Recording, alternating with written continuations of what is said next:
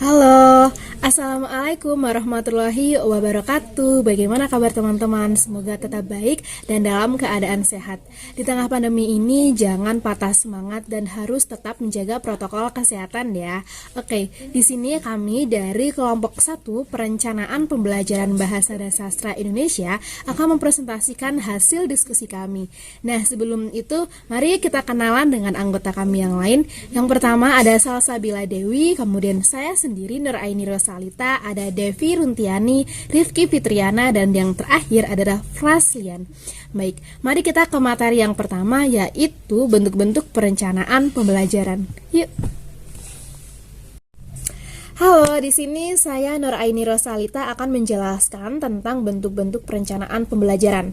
Terbagi menjadi 3, saya akan menjelaskan yang pertama tentang perencanaan pembelajaran menurut luas jangkauannya. Ada 3 tahapan. Yang pertama adalah perencanaan makro. Nah, perencanaan makro ini menetapkan kebijakan-kebijakan yang akan ditempuh, kemudian menetapkan tujuan dan bagaimana cara untuk mencapai tujuan tersebut agar bisa terrealisasikan. Nah, ada beberapa syarat agar perencanaan makro ini dapat dilaksanakan. Yang pertama yaitu tujuan pembelajaran harus dirincikan, harus dijelaskan secara rinci dan detail. Kemudian ada campur tangan dari pemerintah. Di sini pemerintah memiliki wewenang untuk merealisasikan atau untuk mengesahkan dari perencanaan makro. Nah, setelah itu yang ketiga adalah sumber dana itu harus dimobilisasikan dengan baik sesuai dengan kebutuhan sarana dan prasarana di daerah masing-masing. Kemudian yang kedua adalah perencanaan meso. Perencanaan meso ini merupakan rincian-rincian atau detail yang lebih mendetail dari perencanaan makro. Nah, perencanaan ini lebih spesifik dan kondisional sesuai dengan daerahnya, karena kita ketahui bahwa daerah di Indonesia ini sangat beragam. Nah, disesuaikan dengan kondisi geografis, adat, budaya, dan bagaimana cara pengajarannya, seperti itu.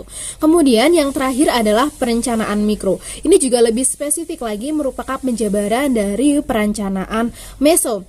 Di sini merupakan kekhususan dari suatu lembaga kependidikan baik swasta ataupun negeri. Jadi mereka berhak untuk menentukan bagaimana perencanaan. Contohnya kegiatan belajar mengajar, tetapi yang mereka rencanakan ini harus tetap sesuai dengan urutan tadi perencanaan makro dan perencanaan meso. Sekian, terima kasih.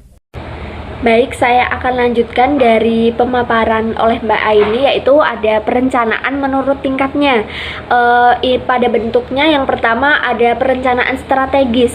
Perencanaan ini yang berkaitan dengan penetapan tujuan pengelokasian, sumber-sumber dalam mencapai tujuan dan kebijakan yang dipakai sebagai pedoman. Perencanaan jenis ini dapat disebut juga sebagai perencanaan tingkat normatif, karena keputusan yang dibuat tidak didasarkan pada data statistik, melainkan juga untuk pertimbangan para perencana. Kemudian yang kedua, perencanaan manajerial, yaitu perencanaan yang ditunjukkan untuk mengarahkan pada proses. Kemudian yang ketiga, perencanaan operasional. Perencanaan ini lebih memusatkan pada apa yang dikerjakan pada tingkat pelaksana, dikerjakan pada tingkat perencanaan di lapangan dari rencana manajerial. Perencanaan ini bersifat dan berfungsi untuk memberikan petunjuk konkret tentang pelaksanaan suatu proyek atau program, baik dalam aturan, prosedur, dan ketentuan-ketentuan yang telah ditetapkan. Dalam perencanaan ini tidak banyak membutuhkan pertimbangan-pertimbangan secara individual, karena sebagian besar didasarkan pada data kuantitatif yang dapat diukur yang telah ditetapkan. Dalam perencanaan ini tidak banyak membutuhkan pertimbangan-pertimbangan secara individual, karena sebagian besar didasarkan pada data kuantitatif yang dapat diukur. Selanjutnya, perencanaan menurut waktu. Perencanaan ini berdasarkan kriteria waktu. Ada 3 macam perencanaan. Yang pertama, perencanaan jangka panjang. Yang kedua, perencanaan jangka menengah. Yang ketiga, perencanaan jangka pendek. Dalam menyusun sebuah rencana perlu lebih terdahulu ditetapkan apakah yang disusun telah sesuai atau tidak, sehingga langkah-langkah kegiatan dapat tersusun dan tujuan kegiatan tercapai sesuai dengan yang diharapkan. Yang pertama, perencanaan jangka panjang. Perencanaan ini biasanya mempunyai jangka waktu 10 sampai dengan 25 tahun. Karena begitu panjangnya siklus perencanaan, maka perencanaan jangka panjang memuat rencana-rencana yang bersifat umum, global, dan belum teliti. Perencana jangka panjang bersifat perspektif, yaitu memberikan arah yang lebih jelas bagi perencanaan yang berjangka waktu lebih pendek. Kemudian perencanaan jangka menengah, rencana yang mencakup antara 4-10 tahun.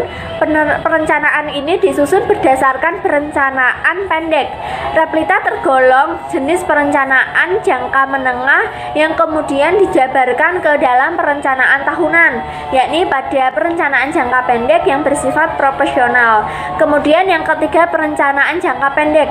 Perencanaan ini yang mencakup kurun waktu antara 1-3 tahun dan merupakan jabaran dari rencana jangka panjang dan rencana jangka pendek.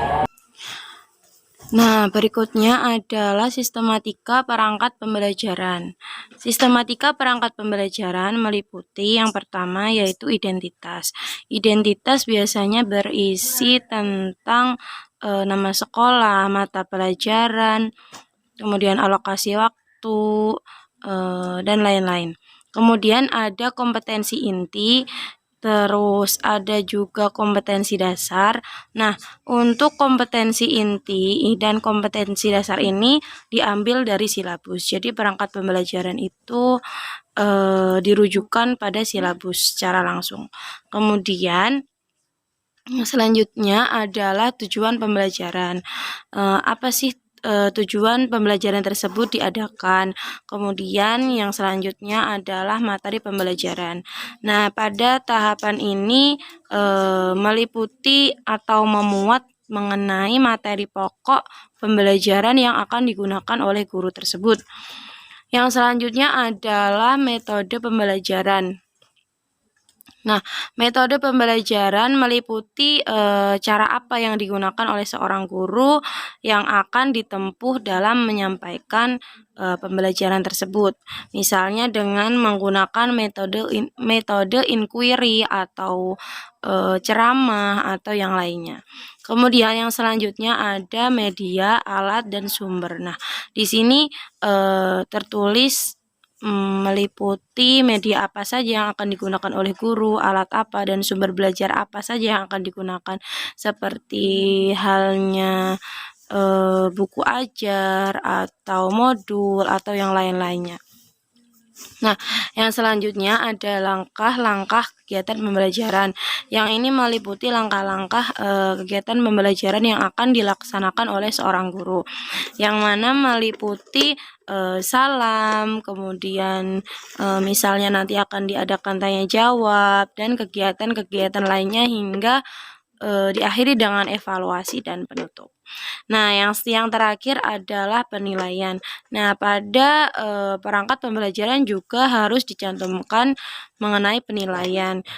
Penilaian jenis apa yang akan digunakan oleh guru, dan kemudian menggunakan teknik apa, kemudian instrumen penilaiannya pun harus dilampirkan dalam perangkat pembelajaran yang disusun oleh seorang guru. Nah, selanjutnya akan dilanjutkan oleh teman saya. Terima kasih. Kemudian yang selanjutnya ada teori penyusunan perangkat pembelajaran. Teori penyusunan perangkat pembelajaran ini yang pertama adalah kompetensi dasar yang akan dikembangkan.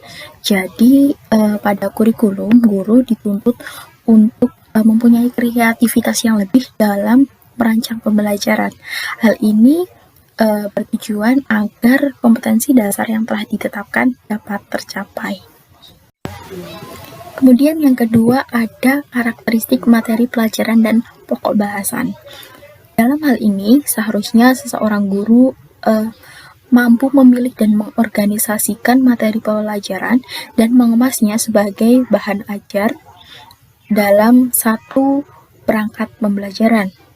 Karena dalam hal ini seharusnya guru tahu persis mengenai konsep materi tersebut agar tidak mengalami kesulitan dalam menyusun perangkat pembelajaran. Karena pada dasarnya setiap mata pelajaran itu mempunyai sifat yang berbeda. Kemudian yang ketiga adalah karakteristik subjek didik. Dalam sebuah kelas tentu seorang siswa memiliki karakteristik yang berbeda antara siswa satu dengan siswa yang lainnya. Oleh karenanya, seorang guru seharusnya mampu melihat kondisi yang ada dengan memperhatikan karakteristik subjek didik agar sebuah pembelajaran dapat berjalan secara optimal. Yang keempat adalah pemilihan model pembelajaran. Setiap model pembelajaran yang dipilih dalam perencanaan pembelajaran mencerminkan urutan pembelajaran yang terjadi. Urutan pembelajaran model deduktif misalnya akan berbeda dengan urutan pembelajaran model induktif. Demikian pula dengan model pembelajaran yang lain. Pemilihan model pembelajaran ini akan mewarnai penyusunan perangkat pembelajaran, terutama dalam menyusun skenario pembelajaran dan penyusunan lembar kegiatan siswa. Oleh karena itu, seorang guru harus dapat memilih model pembelajaran yang kreatif dan inovatif sehingga nantinya proses pembelajaran akan berjalan secara optimal dan pembelajaran akan berjalan secara menyenangkan. Kemudian yang kelima adalah karakteristik lingkungan sekolah. Lingkungan sekolah sebenarnya sangat potensial sebagai sumber belajar. Kemampuan anak mengeksplorasi lingkungan merupakan suatu bekal penting untuk dapat memecahkan masalah yang ada di dalam masyarakat. Dalam hal ini, perangkat pembelajaran yang memungkinkan anak belajar di luar kelas mempunyai karakteristik yang agak berbeda dengan perangkat pembelajaran yang ada di dalam kelas.